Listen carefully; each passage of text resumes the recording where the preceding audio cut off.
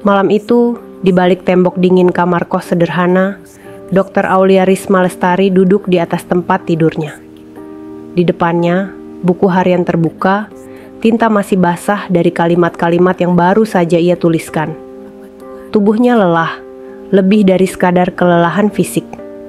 Beban mental yang selama ini ia tanggung seolah menggulung, seperti ombak besar yang menghempaskan dirinya di tengah lautan yang tak bertepi. Ia seorang dokter muda, seorang peserta PPDS, program pendidikan dokter spesialis, di Universitas Diponegoro, Undip.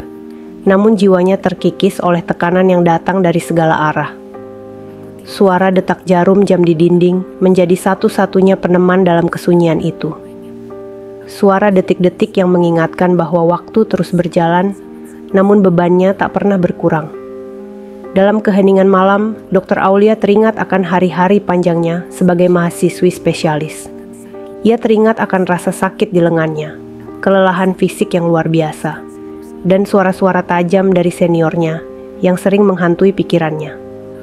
Dalam pikirannya, ia merenungi, apakah ini benar-benar jalan yang harus aku tempuh? Apakah menjadi dokter ini pantas jika harus mengorbankan diriku sendiri? Dr. Aulia adalah seorang perempuan cerdas. Dari sejak masa kuliahnya, ia selalu berada di puncak dengan IPK cum laude yang mengesankan banyak orang. Namun prestasi itu membawa harga yang tak pernah ia duga.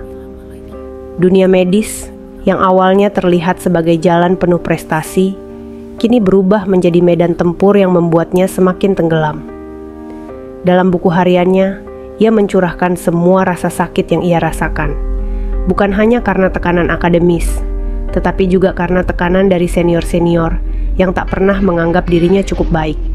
Selain berita tentang perundungan dan beban kerja yang terlalu besar, beredar informasi tentang keinginan Dr. Aulia untuk keluar dari PPDS Anestesi Undip Semarang. Namun keinginan itu terhalang adanya biaya penalti atau denda sebesar 500 juta rupiah, lantaran PPDS yang sedang dijalani merupakan beasiswa dari pemerintah. Di balik semua tekanan yang ia alami, keluarga Dr. Aulia menambahkan bahwa ia juga menderita sakit fisik yang tak kalah menyiksa. Sang ayah mengungkapkan bahwa Dr. Aulia menderita syaraf terjepit, kondisi yang sering membuatnya merasa kesakitan dan semakin sulit menjalani hari-harinya yang penuh tekanan. Dia sering mengeluh sakit di bagian leher dan punggung, tapi tetap bertahan karena tekadnya menyelesaikan studi, kata ayahnya dengan suara bergetar. Sakit syaraf terjepit yang dialami Dr. Aulia hanya menambah beban mental dan fisiknya. Rasa sakit itu menjadi pengingat betapa beratnya perjalanan yang harus ia tempuh sebagai seorang dokter muda. Suatu malam, saat tubuhnya benar-benar tak sanggup lagi menahan beban, Dr. Aulia mengambil langkah yang tak pernah ia pikirkan sebelumnya. Ia mencari ketenangan dengan caranya sendiri. Dalam keadaan lelah yang luar biasa, ia menyuntikkan sedikit obat anestesi ke lengannya, berharap rasa sakit itu bisa mereda. Namun, takdir berkata lain. Malam itu menjadi malam terakhir Dr. Aulia, dan keesokan harinya, berita tentang kepergiannya menggemparkan semua orang. Kabar kematian Dr. Aulia menyebar cepat di media sosial, menyisakan duka mendalam bagi banyak pihak. Salah seorang temannya mengatakan, Dr. Aulia adalah sosok yang ceria, selalu menolong teman-teman yang lain. Tapi belakangan, dia mulai terlihat lelah dan sering mengeluh tentang beban yang ia tanggung. Kesedihan terlihat di wajah teman-temannya, yang tak pernah menyangka bahwa senyum ceria Dr. Aulia menyimpan luka mendalam. Seorang tetangga di kos Dr. Aulia turut memberikan testimoni.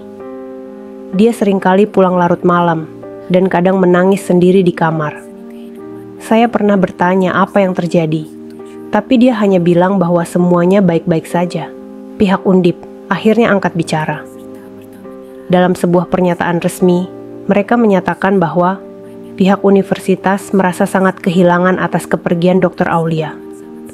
Mereka juga menegaskan bahwa proses pendidikan di lingkungan kampus selalu diawasi ketat untuk memastikan bahwa para mahasiswanya mendapatkan dukungan yang memadai.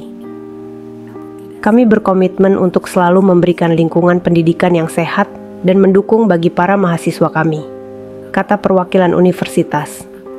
Namun demikian, mereka juga mengakui bahwa dunia kedokteran memang penuh tantangan, dan diakui bahwa Dr. Aulia adalah salah satu mahasiswa yang sangat berprestasi selama masa studinya. Saat ini, Kepolisian Daerah Jawa Tengah, Polda Jateng, sedang menyelidiki dugaan pemalakan yang dialami Dr. Aulia Risma Lestari. Kepala Bidang Humas Polda Jateng Kombes Artanto mengatakan informasi dugaan pemerasan uang yang besarnya hingga 40 juta rupiah itu merupakan hasil investigasi yang dilakukan oleh Kementerian Kesehatan.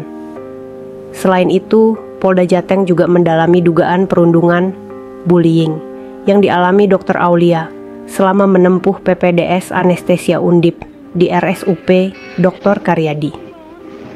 Semua informasi yang diberikan kepada kepolisian harus kami analisis mendalam, dan kami lakukan penyelidikan, ujar Artanto. Perwira menengah kepolisian itu menambahkan Polda Jateng juga sedang mempertimbangkan pembongkaran makam Dr. Aulia Risma. Menurut Artanto, perlu atau tidaknya pembongkaran makam ditentukan oleh perkembangan penyelidikan. Proses autopsi psikologis masih berlangsung. Langkah itu dilakukan sebagai upaya untuk mengungkap penyebab kematian Dr. Aulia Risma. Belum selesai polisi mengungkap kematian Dr. Aulia secara sempurna. Kembali terdengar berita duka, Fakhruri, ayah dari Dr. Aulia Risma Lestari, meninggal dunia setelah menjalani proses rawat inap di Rumah Sakit Umum Pusat, RSUP, Dr. Cipto Mangunkusumo Jakarta, pada 27 Agustus 2024, sekitar pukul 1.00 waktu Indonesia Barat. Sebelumnya, Menteri Kesehatan, Menkes, Budi Gunadi Sadikin menyampaikan, ayah Dr. Aulia telah menjalani perawatan di RSUP DR Cipto Mangunkusumo Jakarta selama 3 hari. Waktu itu pilihannya ke RSUP Karyadi, tetapi sedang ada keraguan di keluarga, saya tawarkan ke RSCM. Saat saya pulang, bapaknya dibawa ke RSCM, kata Budi pada 27 Agustus 2024, dikutip dari Antara. FK Undip yang dipimpin oleh Dr. Sigit Kirana menyampaikan bela sungkawa atas meninggalnya Fakhruri dengan hadir langsung ke tempat pemakaman umum, TPU, Panggung di Tegal. Jenazah Fakhruri dikebumikan berdampingan dengan putrinya, Aulia Risma Lestari. Mari kita sama-sama berdoa semoga Dr. Aulia Risma dan ayahnya, semua dosa dan kesalahannya diampuni oleh Tuhan Yang Maha Esa. Dan semoga kasus ini dapat menjadi pelajaran bagi kita semua, bahwa jangan sampai ada lagi kasus-kasus perundungan, terutama dalam dunia pendidikan.